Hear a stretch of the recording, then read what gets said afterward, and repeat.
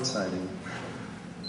I'd like to thank the speaker for his recognition and indeed everybody in attendance. It is such an honor to be standing before you today. I would also like to thank my partner, Jason Lear, who's reminiscent the fact that I did not recognize yesterday was his 23rd birthday.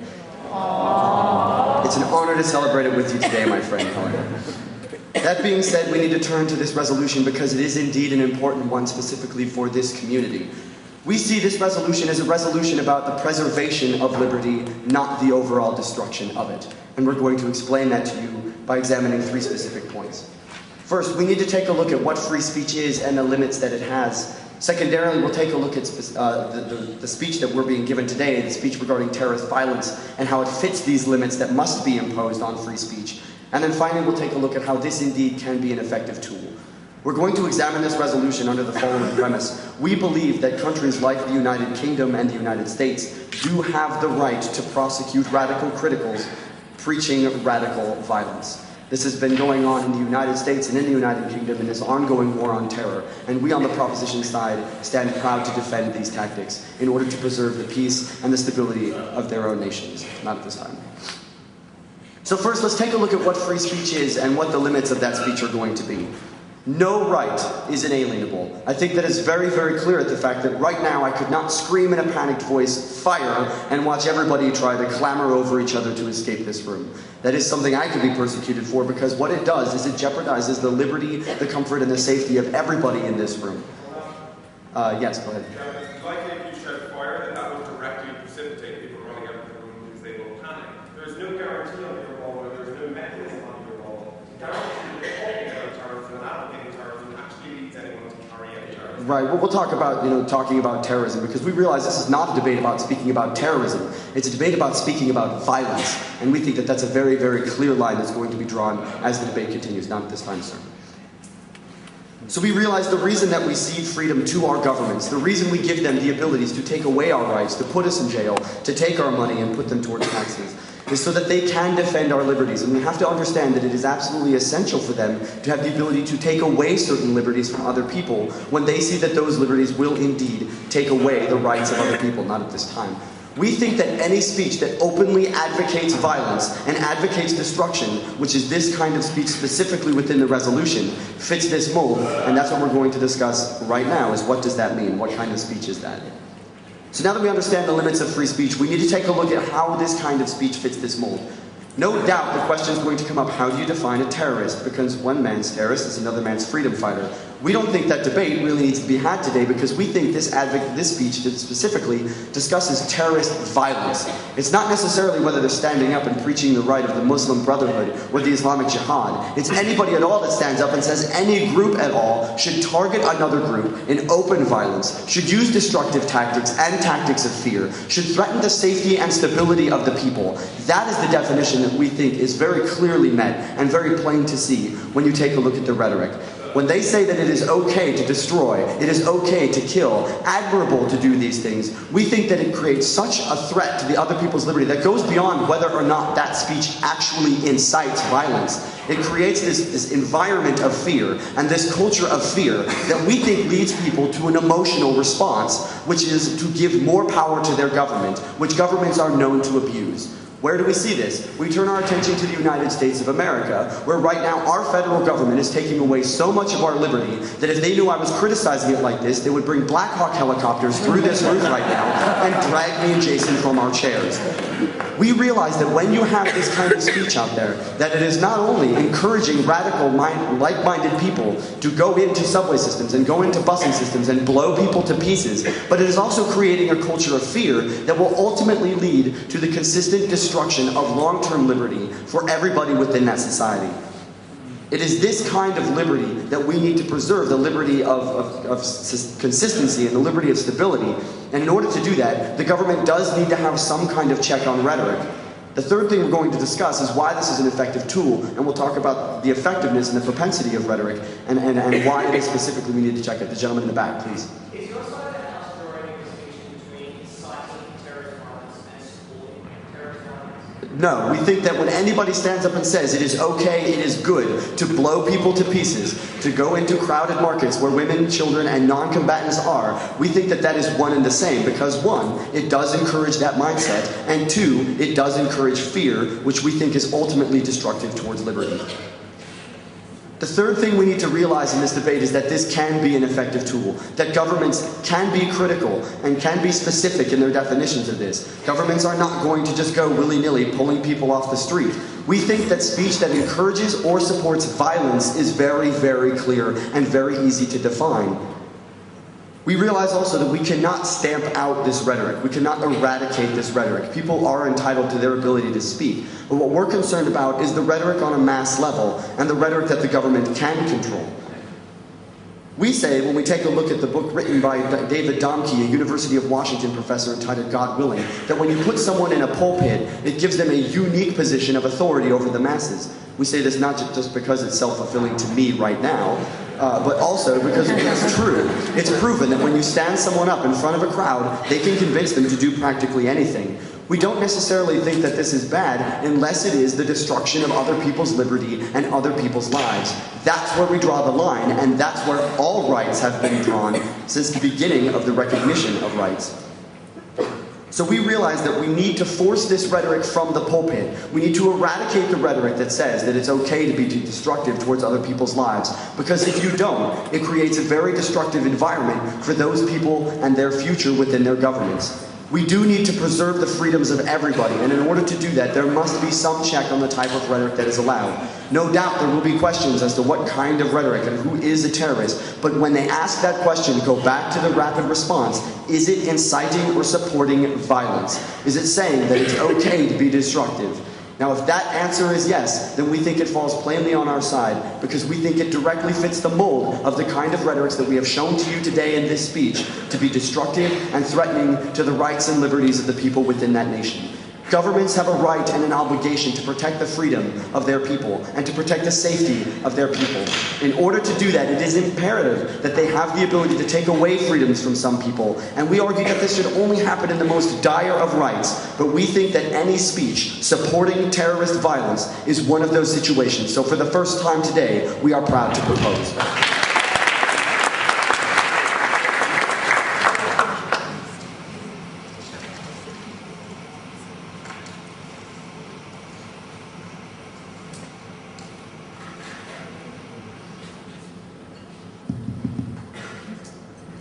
Mr. Speaker, sir, ladies and gentlemen, I thought the most stunning thing about the first proposition case here today was in restricting a pretty big and fundamental right of many people, they provided us with absolutely no mechanism or safeguards under which they were going to do it. We think that's slightly problematic, because we would like to argue, firstly, who it is that is going to decide on whether or not a prosecution is taken. Is it going to be the person who was being criticised in the first place, and if it is, we say that may be a bad idea. But moreover, ladies and gentlemen, what safeguards are there going to be in place to prevent this? Now, they also set the model, I thought, in a slightly strange context, in the sense that they set it in the United Kingdom and the United States. But we would argue, ladies and gentlemen, if the problem with Islamic terrorism is people coming from other countries and blowing themselves up in the United Kingdom or the United States, then we think this isn't really going to go very far to solve the problem. So we think that just dealing with the issue of radicalization within Western countries is not necessarily appropriate.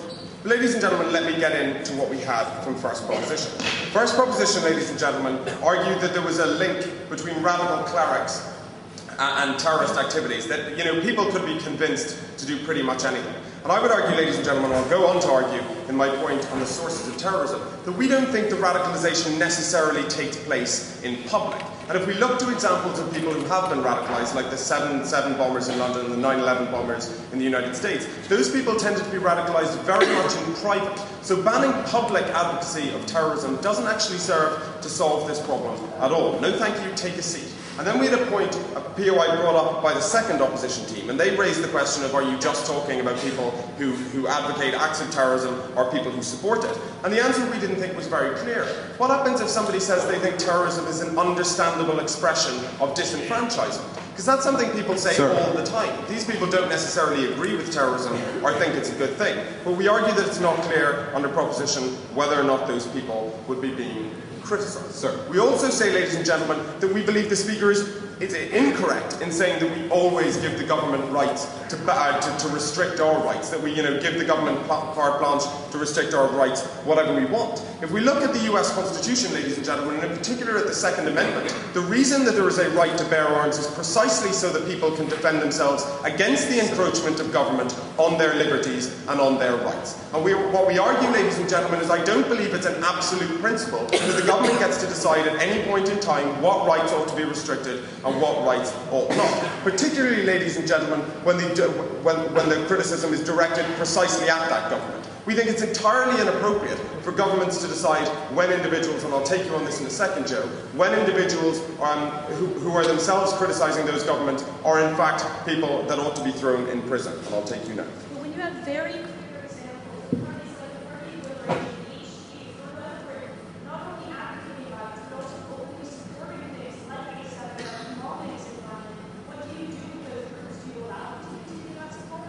Yes, under side opposition, we would allow them to continue that support because, ladies and gentlemen, we don't believe that that's what led to the violence in the first place. And that takes me neatly on to my first point, which is dealing with the issue of the sources of terrorism.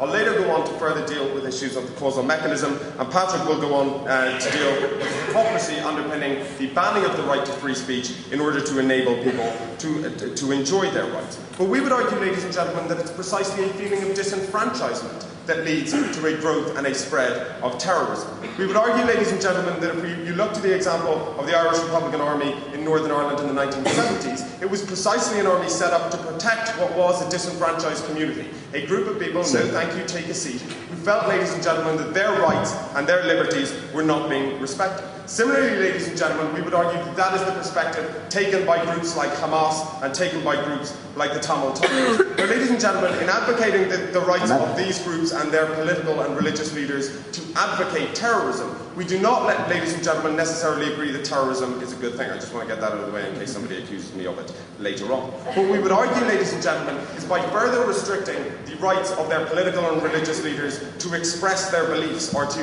advocate anything at all, we just reinforce the feeling of disenfranchisement, ladies and gentlemen. We reinforce the feeling on the part of these people that their rights are not being restricted, that their liberties, ladies and gentlemen, are not the same as those of the majority groups that they feel are oppressing them. And if we look to the example of Saudi Arabia, ladies and gentlemen, we can see a recent rise over the last 5 to 10 years in support for Islamic extremism. But what we don't see accompanying that, ladies and gentlemen, is any increase in rhetoric against the United States or against the Saudi government. We see it tracking a change in socio-economic trends within that country. We see, ladies and gentlemen, that when people feel more disenfranchised, when people feel more like they're not getting their slice of the economic pie, that is when terrorism is likely to increase, and not necessarily when people are advocating it publicly. But I also ask, ladies and gentlemen, in a point of information, and this comes on to my second point, how it is that you can prove that someone standing up and publicly saying that terrorism is an acceptable way to fight for a political struggle, that necessarily leads to further terrorism. And what we would argue, ladies and gentlemen, is that there is no evidence brought up by side opposition that that is the case. What we would argue is that it is precisely private radicalisation that tends to lead to a spread of terrorism. No, thank you, take a seat. It's precisely, ladies and gentlemen, the clerics who don't necessarily publicly advocate terrorism, but who do it in private, ladies and gentlemen, either within their own mosque communities or, ladies and gentlemen, abroad, that gather together groups of individuals, ladies and gentlemen, who they radicalise and who they send out in secret. Because it's not particularly useful for a terrorist group, ladies and gentlemen, if everyone knows who their members are, because they're the pretty people turning up to the rallies every week. If we look to the examples of the 9/11 terrorists, for instance, these people were not considered, even by their closest relatives and closest friends, to be radical Muslims. These were people, ladies and gentlemen, who everyone just thought were, average Joe in the street. We don't necessarily believe, ladies and gentlemen, that we can stop and we can interdict terrorism by necessarily preventing public speech. The problems of terrorism, ladies and gentlemen, need to be dealt with entirely differently. They need to be dealt with either at the root cause of dealing with the concerns of these groups, which is something that was dealt with in Northern Ireland.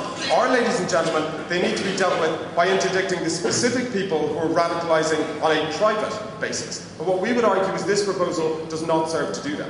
What this proposal does serve to do is further marginalise and further radicalise groups. What it serves to do, ladies and gentlemen, is tell entire swathes of people that their rights are not the same as everybody else's. And Patrick will get on to deal with this hypocrisy point later. But what we would argue, ladies and gentlemen, is until the proposition can show us that causal mechanism linking expressions of support for violence and actual commitment of violence, and until, ladies and gentlemen, they can explain to us the safeguards they are willing to put in place, I beg to oppose.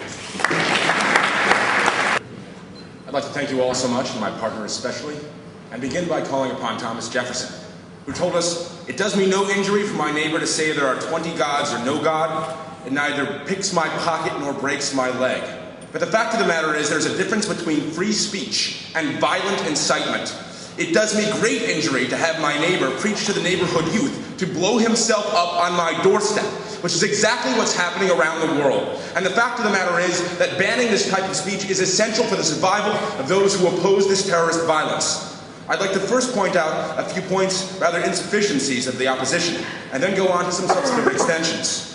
They first criticize our mechanism for lack of safeguards and specifics, though I'd point out that we're arguing specifically for a general principle of a right to prosecute, and that moreover, this principle, if it is to apply everywhere, as the opposition wishes, belies the idea that specifics are needed, since each culture needs to determine on its own the specific penalties that are appropriate.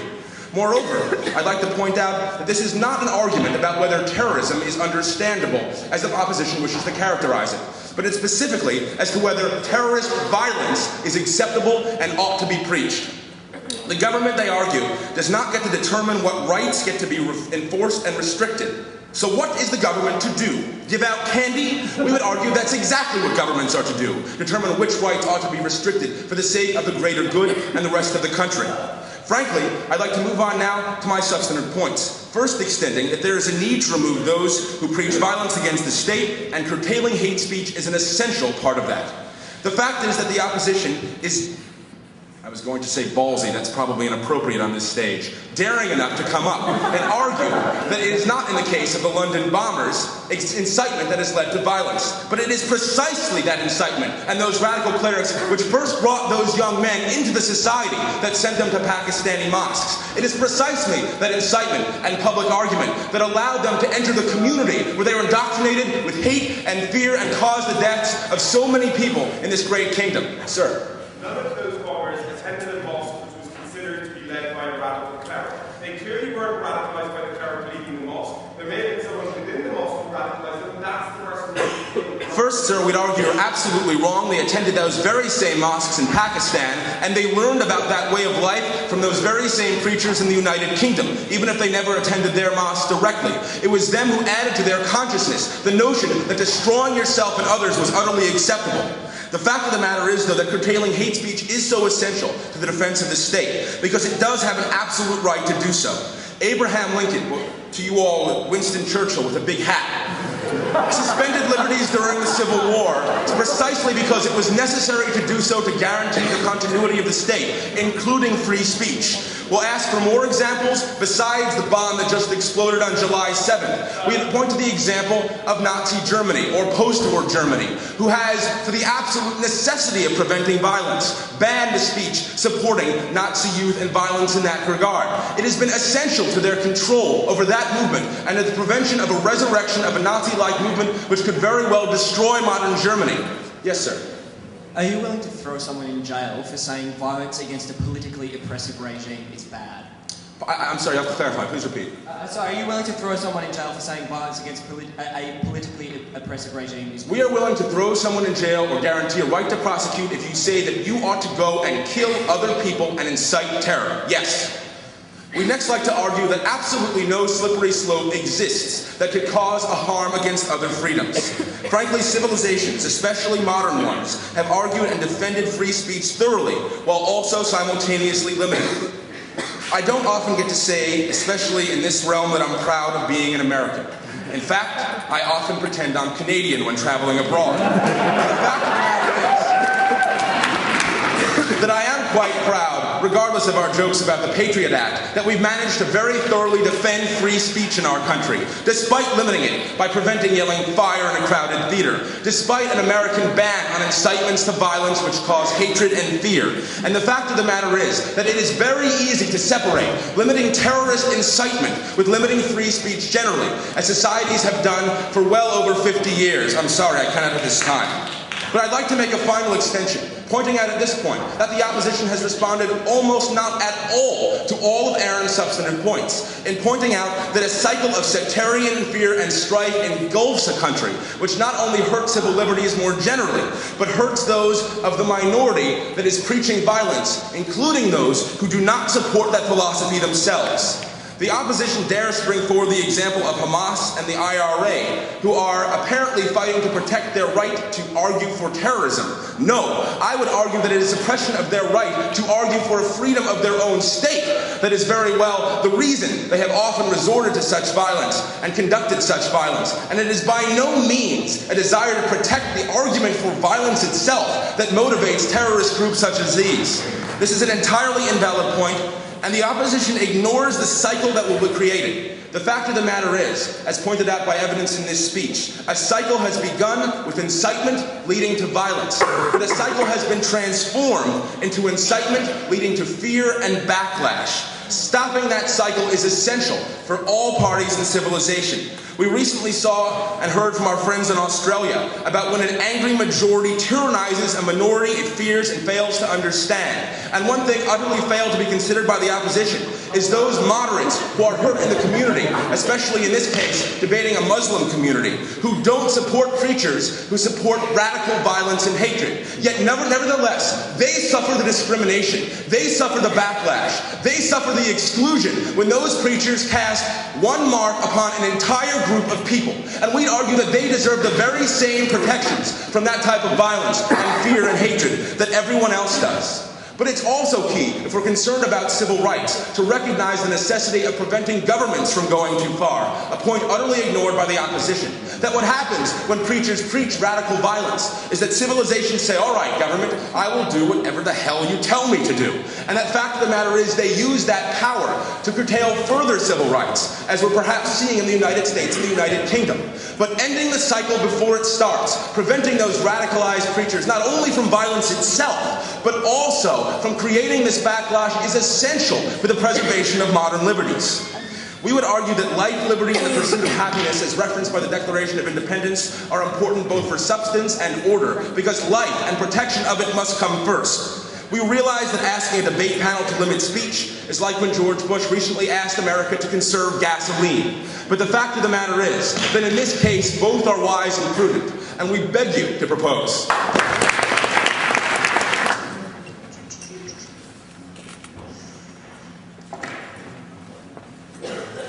Okay, thank you very much, Mr. Chair. Excuse me. I'm going to go on, as Dara said, to look at the hypocrisy we identify in banning hate speech under the circumstances in which it's been presented by first proposition. First of all, however, I'd like to get straight into what we heard from the last speaker. And I'd like to begin by identifying specifically what it was we didn't hear from the last speaker. What we didn't hear from the last speaker was a response to the vast majority of all the points Dara raised. We didn't hear a response to the question of who decides. We didn't hear a clear elucidation of the safeguards on this model. We also didn't hear a response to the fact that it seems the Second Amendment to the United States, for instance, specifically allows for people to advocate the possibility of violence against the state, precisely to stop the state becoming too powerful. In fact, as far as I can tell, all we did hear was a questioning to some degree of the extent to which the source of violence, the source of terror, is a private affair. I'm going to go on and look at that at a second. The particular response we had to that was the suggestion that one of the other possible alternatives which the proposition might be willing to pallet is that disenfranchisement is an issue. Besides that, all we had was a lot of rhetoric about a cycle having begun,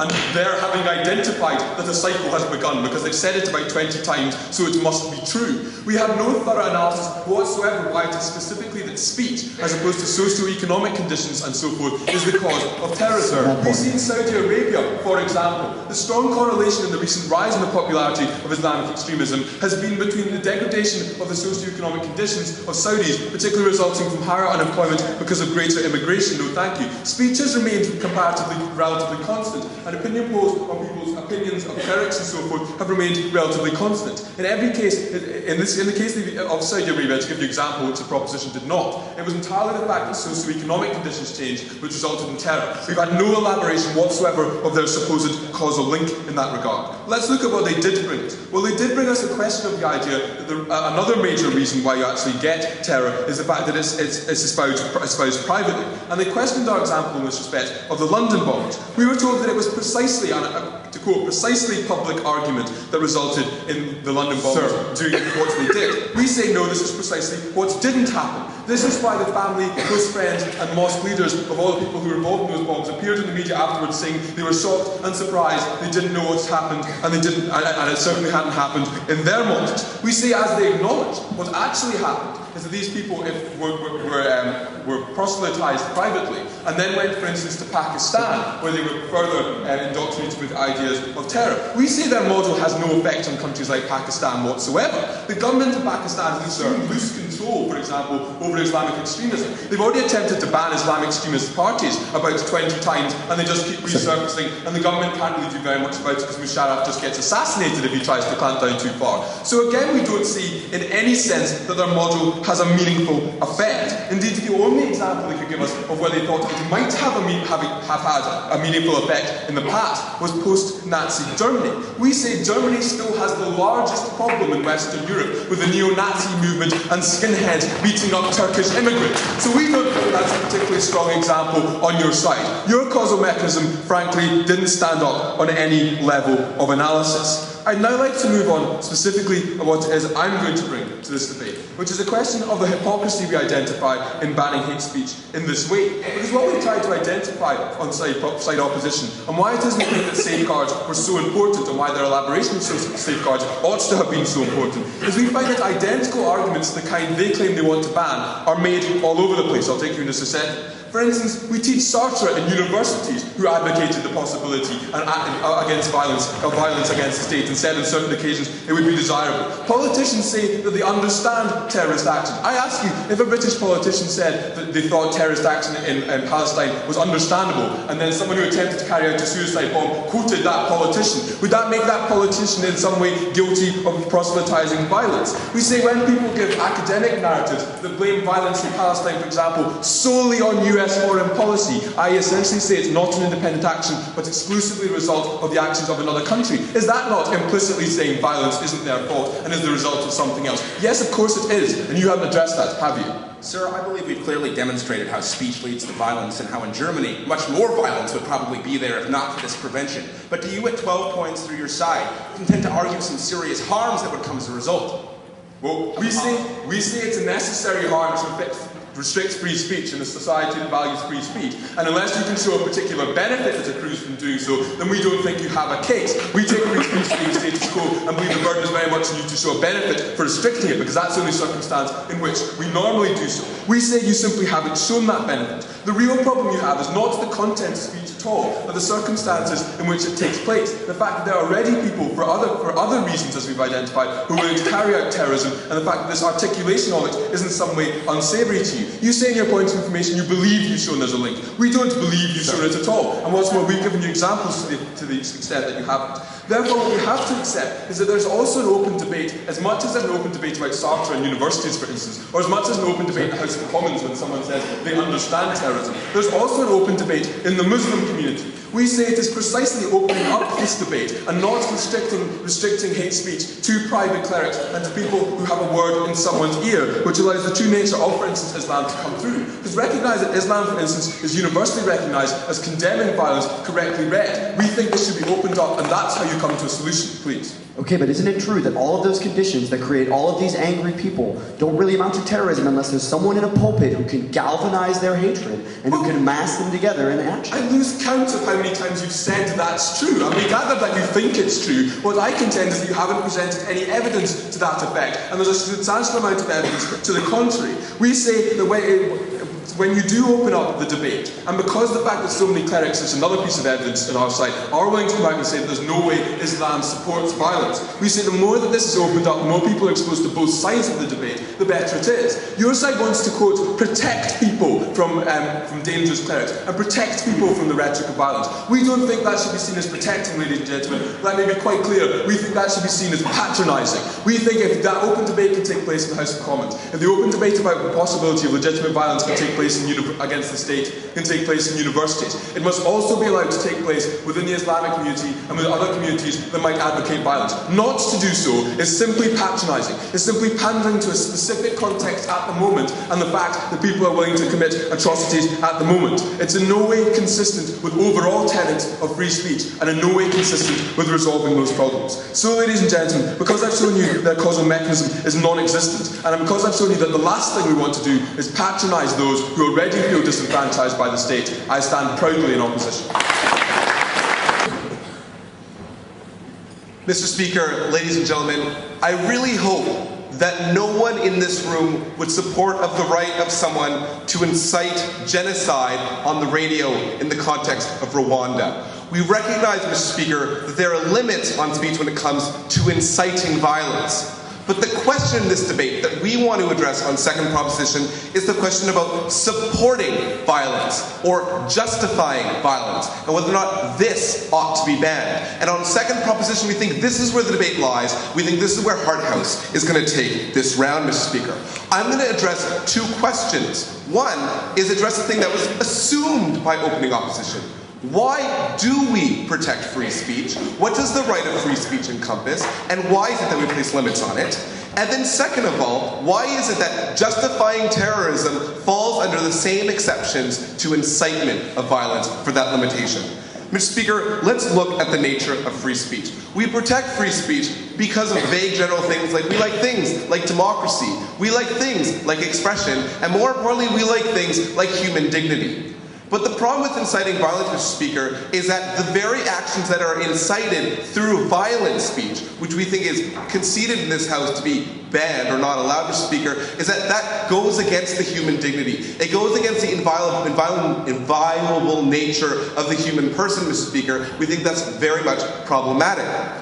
So what we want to address is that if there is a type of speech that doesn't directly incite violence, but leads to the exact same outcome as an incitement of violence, we think, Mr. Speaker, that is a sufficient justification for the limitation of that speech. Because we think, Mr. Speaker, it's very problematic when you have an entire society living in fear, or you have, Mr. Speaker, the possibility of a local population who wishes to kill their fellow nationals. And that's why, Mr. Speaker, we're actually now going to provide a case study on why exactly justifying terror leads to increased violence and is the same as incitement. We want to mention the case study, Mr. Speaker, of the non-political political party Hizb ut-Tahrir, aka the Party of Liberation, aka the HT, Mr. Speaker. Because opening opposition told us that those in the London bombings had nothing to do with extremist Islam, Mr. Speaker. But in fact, many members of the individuals in the London bombings were members of the HT party, Mr. Speaker.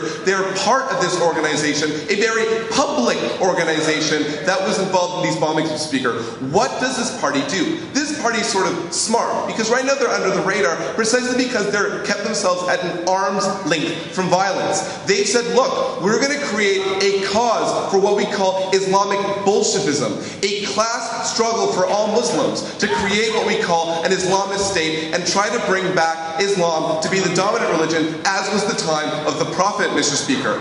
What they've created is an awareness of class struggle. They've created an awareness of disenfranchisement, and they've suggested and advocated, Mr. Speaker, that violence and overthrowing of governments is the way to do this, Mr. Speaker. These sorts of words have permeated the United Kingdom, Mr. Speaker. It's why Tony Blair has been trying to ban them, but his party has suggested that it's not the greatest idea. We realize, Mr. Speaker, this is a sort of problem. Because when you have class consciousness, the sort of disenfranchisement that opening opposition talks about is actually exacerbated through this speech. Because people are more aware of the problems that they're going through, and they get more angry, Mr. Speaker. We think this is incredibly problematic. We think that it becomes a more attractive proposition opposition to commit terror, it becomes more likely that people within your borders are going to commit terror, and that's going to lead to more attacks, Mr. Speaker. It's just like incitement. Ivan. So, now we want to ban a political party that advocates overthrowing governments through peaceful means. No. That's not at all what we said, Mr. Speaker. We said that they themselves are not committing any violent actions, and they're nowhere near the Bin Laden fatwa. But what they are doing, Mr. Speaker, is justifying terror. They're saying that, look, terror has a point. Perhaps that you should do it, Mr. Speaker. And then we see people, like the individuals involved in the London bombing, saying, hey, that's a good idea. I'm a member of this group. I'm going to do just exactly that, Mr. Speaker. But we see that if you don't have the support for terror, Mr. Speaker, terror is less likely to happen. We want to talk about the quiet revolution in Quebec, Mr. Speaker, where you had public officials not in favor of terror. And that's why you had the very few terrorist actions that were occurred to be not a successful endeavor, Mr. Speaker. It's because despite the fact that people in Quebec felt disenfranchised, it didn't work because people didn't believe that terror was a legitimate form of action. What we have here, Mr. Speaker, is groups legitimizing terror, which is causing people to sort of say, hey, this isn't such a bad idea, Mr. Speaker. It's also why the Black Panther movement in the United States was marginally successful, Mr. Speaker, because Malcolm X, through his teachings, was seen to have a point in the violent struggle, Mr. Speaker, for Black America. We see that where people think that there's legitimate struggle, these causes remain popular and they remain prolific. But where, Mr. Speaker, we realize they're not an issue, then that is much better for society. Opening opposition says, look, the problem is Pakistan, Mr. Speaker. We agree that Pakistan will always be a problem, but the problem with these parties is that they're now making these issues local issues. The HD party has now made the threat of terror no longer one from abroad that can be controlled through things like immigration and foreign security, but rather a domestic issue, Mr. Speaker, that now has to be dealt with. What did we hear from the opening opposition team? Because it was absolutely hilarious. We heard a lot of falsities that all terrorists come from outside, which is wrong, that all things come in private, which is wrong too, Mr. Speaker, because we showed you that the HT, which advocates political struggle in an open manner, Mr. Speaker, deal with all these things. And then they said the issue of terrorism is socioeconomic trends and disenfranchisement. The funny thing, Mr. Speaker, that's exactly what the HT says. The HT says, look, Muslims, you are an underclass. You need to rise up, not unlike Bolsheviks, Mr. Speaker. It's actually funny because HT is employing the same techniques that the Bolsheviks advocated for violent revolution themselves, Mr. Speaker. We see how well that also worked. When you justify the use of terror, Mr. Speaker, it provides a more likely probability this terror is going to happen, Mr. Speaker. We think that's problematic. We heard the idea, Mr. Speaker, the case studies of Saudi Arabia and London. We showed you, Mr. Speaker, how those case studies are completely irrelevant. They asked the questions about the model, like, what if a politician is quoted, Mr. Speaker? I guess first opposition doesn't even know that courts deal with hate speech laws already, Mr. Speaker. They deal with the fact that they deal with objective criteria and not subjective criteria. It doesn't matter if someone misinterprets a politician's remarks. Courts can determine these things all the time. At the end of the day, Mr. Speaker, they say we need to open up the debate. But, Mr. Speaker, when this opening up the debate ends up in increased violence, we've shown you, Mr. Speaker, through actual examples on how legitimizing terror results in increased terror, Mr. Speaker. We think that's the same problem as inciting terror. Mr. Speaker, at the end of the day, this debate comes down to whether or not there is a legitimate difference between supporting terror and inciting it. We've shown you there's not. We propose.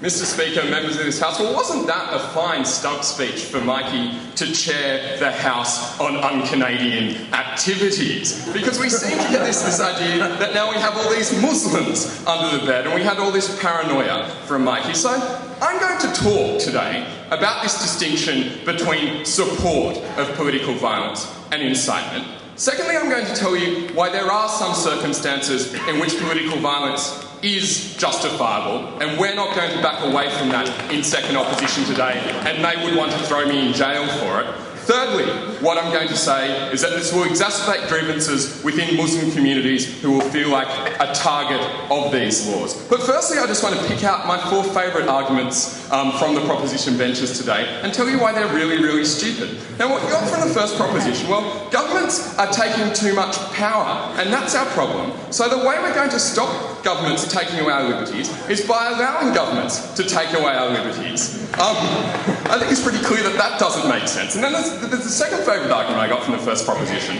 was, well, the problem that you see in Australia at the moment, no thank you, is violence from an ignorant majority against a minority that they don't understand. So what the first proposition wants to do is allow the government, in the name of the majority, to ban statements made by minorities that they don't understand but they think are supporting political violence. And all I've got to say to that is, you know, a well-known Australianism that they should understand because they know so much about Australia, struth.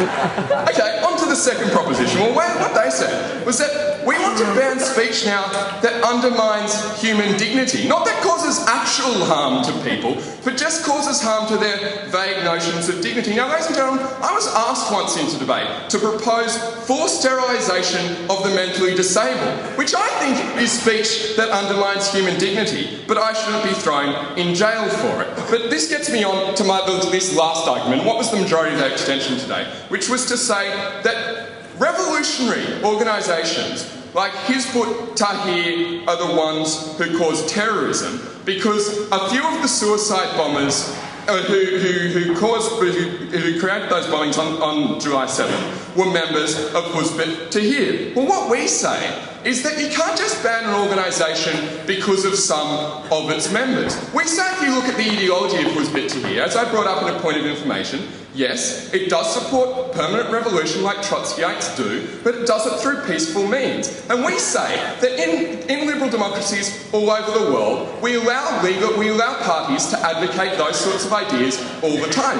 One of them's called the Communist Party, which we tried to ban once, but couldn't, because, you know, as long as they're peaceful and as long as they don't incite violence, we shouldn't. And we say that not only were there, you know, the July 7 bombers, members of Hizb ut-Tahrir, so was a Guardian journalist who was a prominent figure within his Muslim community who did advocate peaceful ideas and who was widely seen as a moderate. You criminalise him and you put him in the same basket as the July 7 terrorists. You criminalise the whole community, ladies and gentlemen. I'm going to get onto that in a minute. But this gets me onto my extension today. And that's why we need to draw a distinction between supporting and inciting violence. Because what they've said is that it's good to go off and say it's good to go and set off bombs in marketplaces is a bad thing. And of course we think that's bad too, but that sounds like inciting violence, not supporting violence. And what we want to talk about here is a couple of counter-examples today, which we think shouldn't be banned.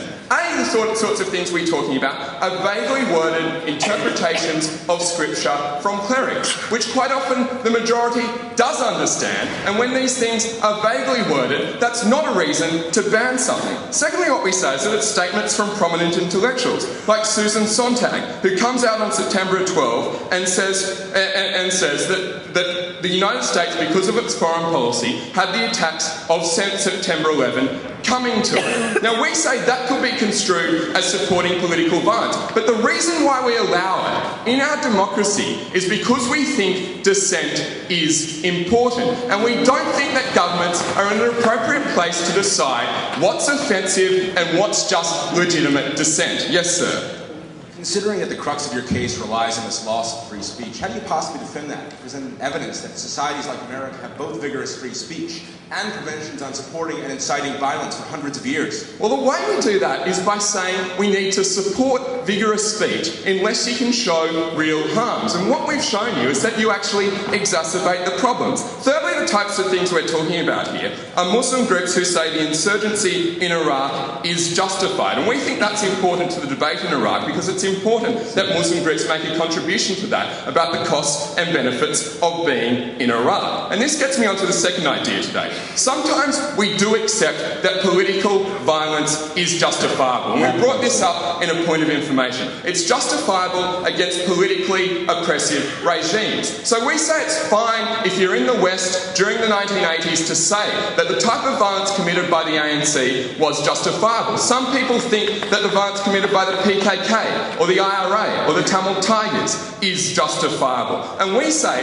when there's no clear-cut way to make that distinction between, say, supporting the insurgency within Iraq and supporting violence against politically politically oppressive regime which contributes to debate in the West, you should fall on the side of making sure that you encourage debate. Because we say, otherwise, what you're falling into the trap is of banning offensive speech. And we don't do that for precisely the reason I said before. We sometimes think dissent is useful, and that's why we allow things like Holocaust denial. Second, and this gets me on to the last point today, of why it creates these grievances against communities. Because what we say is that they're criminalising the thoughts of a whole community, because there is this idea in Islamic communities that all Muslims are brothers and sisters and they exist within Ummah. And when you oppress some cleric in that community for a vaguely worded statement that could be seen as supporting terrorism, you criminalise that whole community. What we say is that didn't work in Northern Ireland, that won't work in the West with the problems it faces today, for precisely the reason that our first opposition brought up. Because you taint the ideas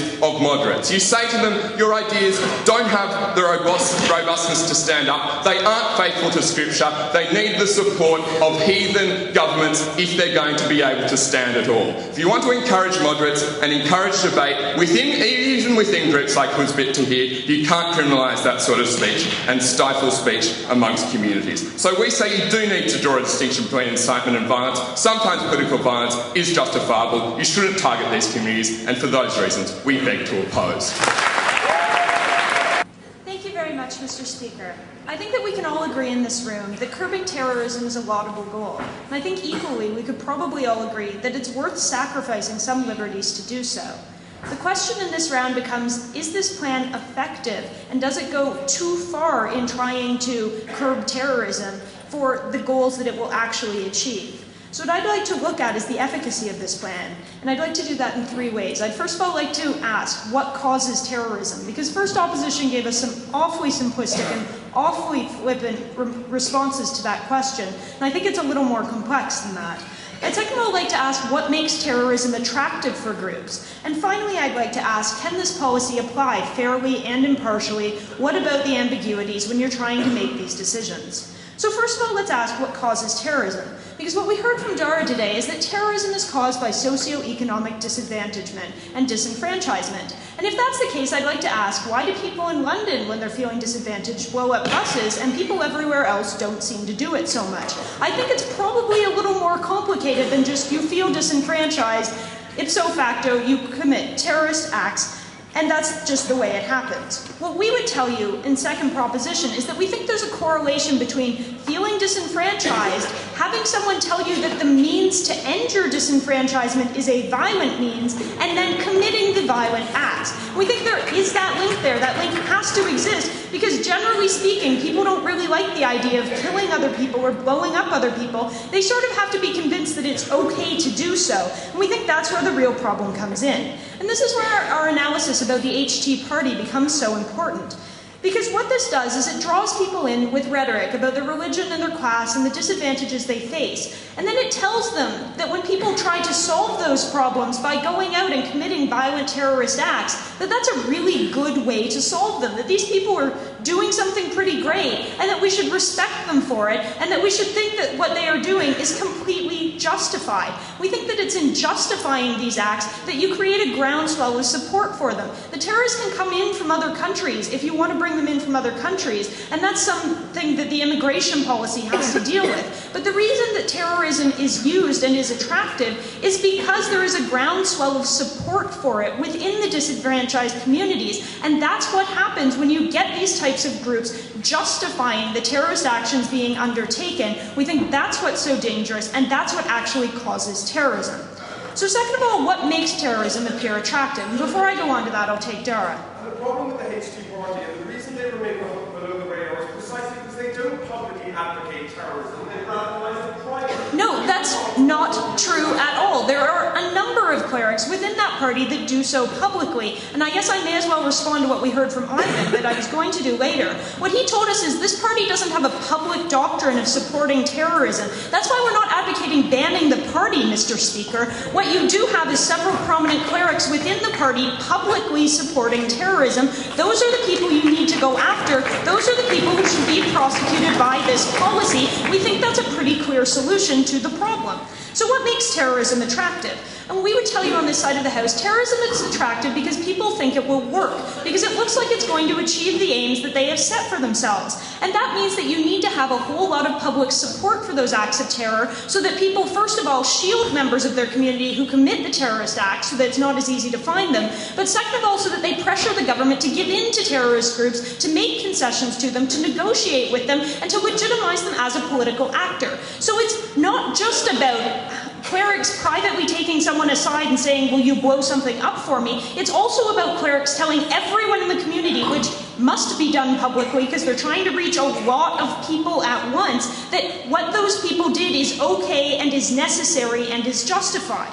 And what we brought you was 2 case studies. We talked to you about the Black Panthers in the United States, how there was a very disenfranchised black minority in the United States, and that people like Malcolm X, who justified terrorist acts being undertaken, violent means being used in those cases, helped to legitimize those struggles, helped to create a groundswell of support for those people, and made those acts much more successful, much longer lasting than they would have otherwise been.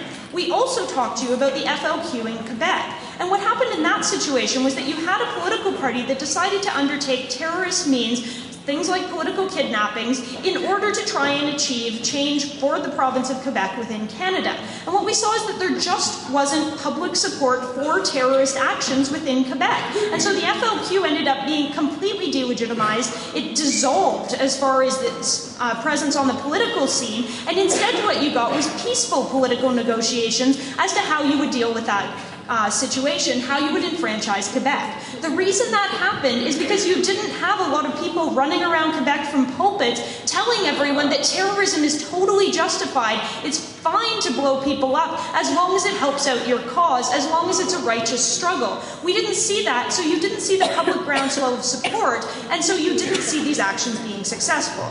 So finally, we'd like to ask, no, I'm sorry, Dara, sit down. Finally, we'd like to ask, will this policy be able to be used fairly and impartially, or is it going to cause massive backlash because it will just be used completely randomly? Before that, I'll take Ivan. When you target clerics from a group like this here, the statements they make in private, it looks like you're targeting them for being part of the whole group that supports. No, we're not targeting them for things they say in private. We're only targeting them for things they say in public. If they get up on whatever day of the week that they are preaching to people and say it's totally okay that these people blew up other people in pursuit of this struggle, then we can prosecute them, and then it's very clear what we're doing it for, and it doesn't look so much like we're targeting people randomly. And that was the first objection we heard, that minorities are going to think you're targeting them. And we would say that as long as violence tends to come from minority communities who feel disenfranchised, there will be a certain perception that you're targeting minorities with any policy that is aiming to curb terrorism. But we think that dealing with public speech is one of the least problematic avenues that we can explore in that respect, because it's so public, because we can point to public examples, is not dependent on things like wiretapping that then get claimed were rigged. The second thing we heard is that some people say things like the United States had it coming, and then that would be considered to be supporting terrorism. We see all the time that courts are able to distinguish between hate speech and things that people might think sound a little bit like hate speech. Courts are pretty smart, Mr. Speaker. We think they can do it here too.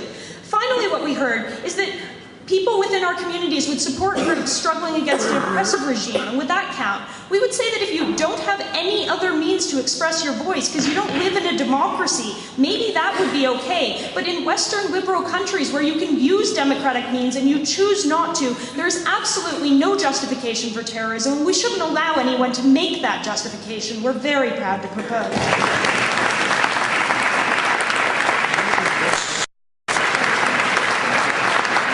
Very much, Mr. Speaker, ladies and gentlemen, and members of this House. My speech today will be divided into 2 sections. Firstly, I'd like to examine the question of what counts as supporting terrorism, because this was a particularly important part of our extension in today's debate, because when Jo said right near the end of her speech that we never think it's okay to agitate for violence against anyone, we think that fundamentally demonstrates that she missed the point of our extension in today's debate, which is often there are situations in which it's not only legitimate to violently agitate against oppressive states, but quizzically it's also okay to support people violently agitating against those states. Secondly, I'd like to ask the question of will this work? Because the very laudable goal of life, liberty and the pursuit of happiness that we had from the government benches was all premised on the fact that they felt their model would lead to some type of net reduction in the carrying out of acts of terrorism. And the other part of our extension, which also went under the radar of the opposition in today's debate, was actually our analysis of why creating and passing a law that visibly ostracises and targets an already disenfranchised group will lead to more acts of terrorism and more violence. So, no thank you. Step one, what does count? Well, we had a pretty simple opening government that said the rapid response every time we're asked this question, no thank you, Joe, should be to remember, is this statement supporting violence? Well, yes, it is if it supports violence. And that was the analysis that we had from the opening government. And what we've said is that lots of violence is actually okay to support. For example, no one is going to ever be thrown in jail, no thank you, for supporting the United States' violent invasion of Iraq, for instance. So there's clearly some types of violence that are okay. And what our extension has dealt with in today's debate has been drawing that line. So what we said is when it comes down to classifying what counts as acts of terrorism, we think that, for example, no one should be thrown in jail for supporting the actions of the African National Congress in the 1980s. We don't think that people who support, for example, the Mukawama currently being carried out in Iraq as opposed to the jihad being carried out in Iraq, that's simply a resistance against an occupying force, should necessarily be thrown in jail because that stifles debate. No thank you. What we've said is that there is a net harm to banning these types of speech. Firstly, because the limiting of free speech when it causes no material harms is a necessary harm in and of itself. And secondly, as our extension pointed out, that's going to lead to less public debate in society, and make it easier for people to incite and carry out acts of violence because there is that stifling of debate coming from the minority part. In the extension that we got from Harthouse, the only reason why that it was going to be any easier to determine what counted as supporting terrorism was supporting acts that are against human dignity. Well, we think that in itself is a pretty line-ball call in today's debate. We think that in oppressive states, there's already problems with the respect of human dignity. We think that, for example, in apartheid South Africa, there are problems with the respect of human dignity, and it's not okay simply to say that any acts agitating to change that situation necessarily offend human dignity. So I'd like to move on now, and I'll take you in a second, to the second area of today's debate. Because what I demonstrate in that section of my speech is that it is important that we can't automatically determine what counts as supporting good and bad acts of violence, and that debate must be played out because the limiting of free speech unfairly is an absolute harm. Sir. Considering the apartheid regime fell largely because of pressure and diplomacy, because of speech, rather than repulsive and abhorrent acts of violence, how do even in this instance you support that violence directly? Well, one, I think that's rubbish, and two, if we want to put lots of pressure from the international community on oppressive regimes, big up. That doesn't mean that people who are inside the state being killed on a day-to-day basis shouldn't also do something about the fact that they've been sitting back watching oppressive states slaughter their families. Life, liberty and the pursuit of happiness wasn't a particularly telling sort of phenomenon in South Africa in the 1980s, sir. So we move to the second area. Is this going to increase or decrease on kind of a net level acts of terrorism? Because Joe was right. Attempting to decrease terrorism is indeed a very laudable goal. Now, in the first half, the only analysis we got of why this would decrease terrorism is when people say, go blow stuff up, people go blow stuff up, and if you have them stop saying it, then people will stop doing it. I think we pretty adequately demonstrated that was insufficient analysis insofar as this debate goes. No, thank you. Precisely because, deliberately inciting violence is already a crime, which was the subtle distinction the second half of this debate tried to make. And in Mikey's speech, he said that the reason we need to ban supporting acts of terrorism is because groups will sort of subtly use their support as a means of actually inciting violence. And the only real evidence we got there was his put to here, where groups do use the cover of only being a group that sort of, say, supports rather than incites as a means to incite it. And what we'll say is twofold. Number one, There was enough problems in the first half of this debate demonstrating the link between people actually saying blow stuff up and people blowing stuff up. We think that then proving the link between people abstractly supporting something and people blowing things up is even less likely. There's even less likely to be a deliberate, a clear link and a clear delineation between those two things. No thank you job. But further to that, we'd also say, firstly, that we believe the line is very, very clear between simply supporting or saying that an act could be justified and that an act, or saying go and blow things up. We think those lines can be drawn. Sure. But more troubling was the analysis that came out that says the reason you need to crack down on Hizbut Tahrir is actually that there's individuals within that group who sort of preach, say, sometimes in Mike's speech in private and sometimes in Joe's speech in public, that preach that we should go and blow things up. And we say, and this was Ivan's point, that when you crack down on those individuals, because of the concept of collective consciousness and the way in which that's perceived as an attack on the whole group, you criminalise a whole lot of other members of that group who don't share those beliefs. So to the question, will this lead to a net increase or decrease in violence? They say stopping speech stops violence. What we've said is that when you ostracise an entire group that's already disenfranchised, when you take into account the specific instance, the specific situation of Muslim groups with their concept of Ummah and collective consciousness, and collective community consciousness, when you take all those things into account, passing laws that disproportionately target that entire group fuels the causes of violence and terrorism. So for all those reasons, this side, in a kind of noble attempt to stop terrorism, have really only wound up ostracising people and causing more terrorism, where we support not only free speech, but peace and, ironically, life, liberty and the pursuit of happiness.